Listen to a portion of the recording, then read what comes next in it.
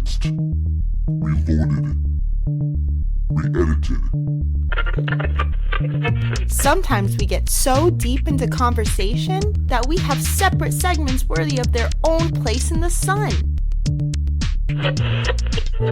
Here is a reshuffled mini episode.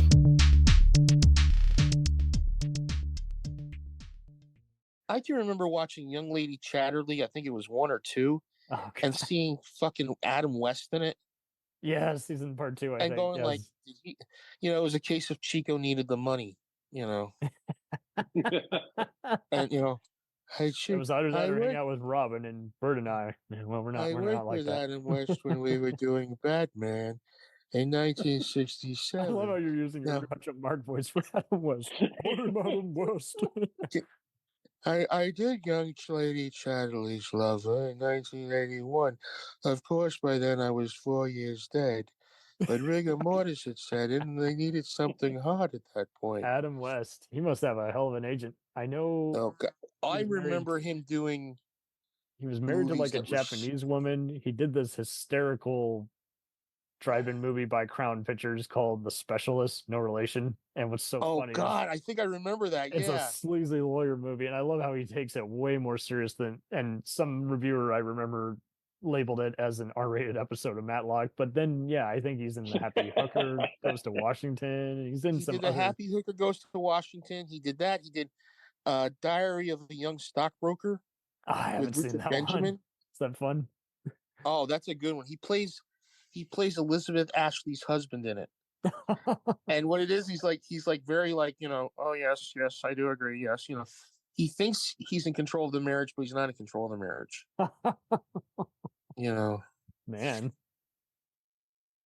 Oh, Adam West. I missed that dude. I would have paid him just to read the phone book. I love his voice so much, but I also just love how he brings his all. He's in a great movie I think it's called like The Furious Four or something like that, where The Relentless Four, I believe, where it's a spaghetti western and he's just he's a fugitive on the run, trying to run away from like both the sheriff and get back at the gang that's trying to kill him. It's and I know there was this one Blu-ray company that remastered a noir he was in where he's like searching for a missing woman for a private eye agency, and he's got an expensive car, and it's just anytime again, just he brings his all, and it's a shame that most people will only just acknowledge just him playing Batman and his Seth MacFarlane stuff, and it's like that's cool and all, but he really is a very underrated guy when he wasn't just cameoing as himself, Well, let's not overlook his classic role, the one that should have won him an Oscar in Zombie Nightmare. Yeah, there you go. I love when he talks about that experience. How he's like, no one knew what the hell they were doing. He had so many awesome like guest spot appearances, including Drew Carey's show, Tales from the Crypt, and everything. Did any of you ever see the business comedy, The New Age, with Judy Davis and Peter Weller? No. Okay, so that's a Michael Tolkien film, and it's just talking about social class, elite marriage, and everything, and just big all-star cast. A young Sam Jackson's in that, Patricia Heaton, Corbin Burnson, and I remember a show that he did called The Last Precinct. Yes, with Ernie Hudson, which nobody remembers it. You used to be able to find DVD copies of it on eBay, and I think they took them down. Yeah, all I remember, it was Keenan Wynn's last show that he did. Ernie Hudson was in it, but I remember Adam West being in it. Didn't last too long. It was like the Duck Factory. The Duck Factory is like that too. There you go. That's one of those things like you go, hey, what's Jim Carrey's first TV show? The Duck Factory. Mm-hmm. Not in Living Color? No, The Duck Factory. That's true.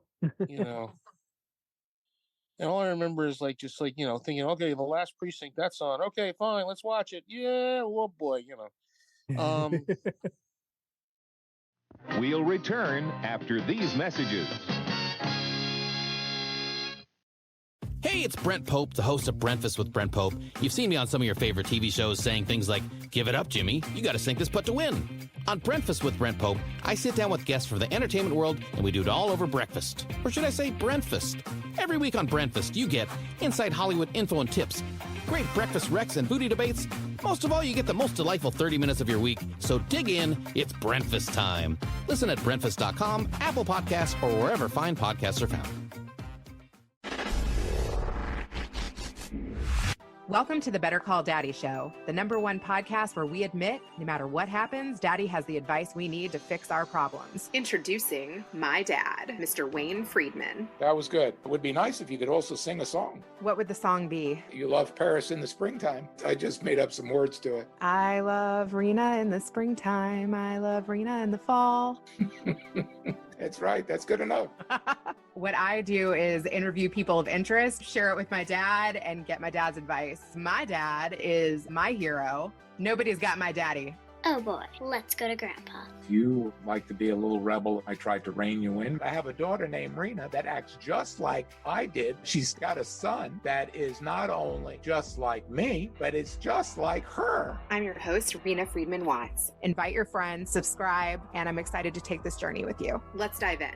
She was teasing this guy with this sword, and she accidentally cut his dick. Oh my God, I'm dying. And then he started to enjoy it. I started going down the phone sex rabbit hole. You've got the wankers, and they jerk off in 5 seconds, and then they're done because A, they don't want to spend money, and B, they're quick. My stepfather had mania. If I'm yelling at one of my kids, that fear, that rigid fear. Mom even said to me, I hope you have a kid just like you. There are lots of people that are being bought and sold right now for profit. If you think you're going to kill yourself, shut up and kill yourself. If you're not going to kill yourself, then shut up, smarten up, and it's all on you. The bullshit has to end. Wow. When I was 11 years old, I was raped and molested over the course of a year. What Jeffrey Epstein had was a sickness inside of him. I am Evan Castrilli Carmichael. I could do anything that I believe that I can. I'm so excited too. Let's go. Next on Better Call Daddy with my mom and my grandpa. Stay tuned.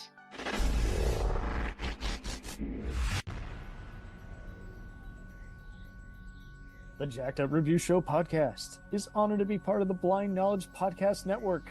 Join anytime, talk the talk, and enjoy yourselves. There's something enlightening for everyone with this crowd of cool cats. Check them out.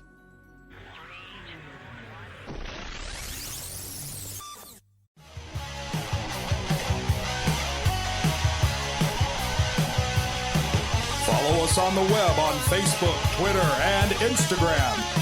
The podcast is available on Podbean, Spotify, iHeartRadio, Anchor, Apple, and anywhere else podcasts are available. Feel free to review our show and leave comments on any of those sites. Thanks a million for listening. It's a Jacked